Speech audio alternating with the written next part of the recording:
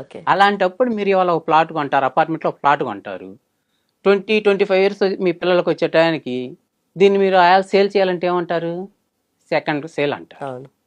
అదే భూమి మీద పెట్టుబడి పెట్టారనుకోండి, భూమిని కొనుక్కున్నారనుకోండి, భూమి ఎప్పటికీ సెకండ్ కాదు. ఎంతమంది ఎన్ని చేతులు మారినా భూమి భూమిగానే ఉంటుంది. అది సెకండ్ సేల్ కిందకి రాదు. దాని వాల్యూ పెరుగుతూ ఉంటుంది. ఇంకొక విషయం ఏంటంటే ఇవాళ మనం అందరం చూస్తున్నాం, సాఫ్ట్వేర్ జాబులు చేస్తున్నారు ఎంతోమంది. ఇవాళ ఏఐ వస్తుందని చెప్పి భయపడుతున్నారు.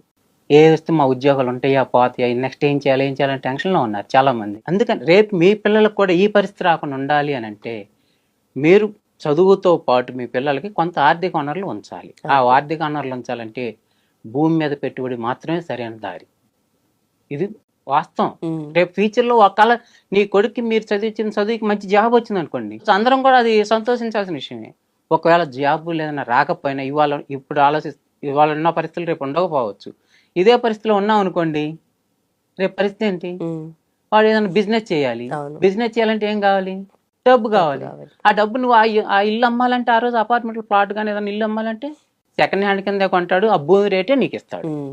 అదే డబ్బుతో నువ్వు కనుక ఇవాళ ఒక ఓపెన్ ప్లాట్ కనుక ఒకటి మంచి లీగల్గా అన్ని ఏ సమస్య లేని చోట చూసుకొని, మంచి కంపెనీని చూసుకొని, నమ్మకమైన చోట కనుక కొని పెట్టుకున్నావనంటే నీ కొడుకు జాబ్ రాకపోయినా నీ పిల్లలకు జాబ్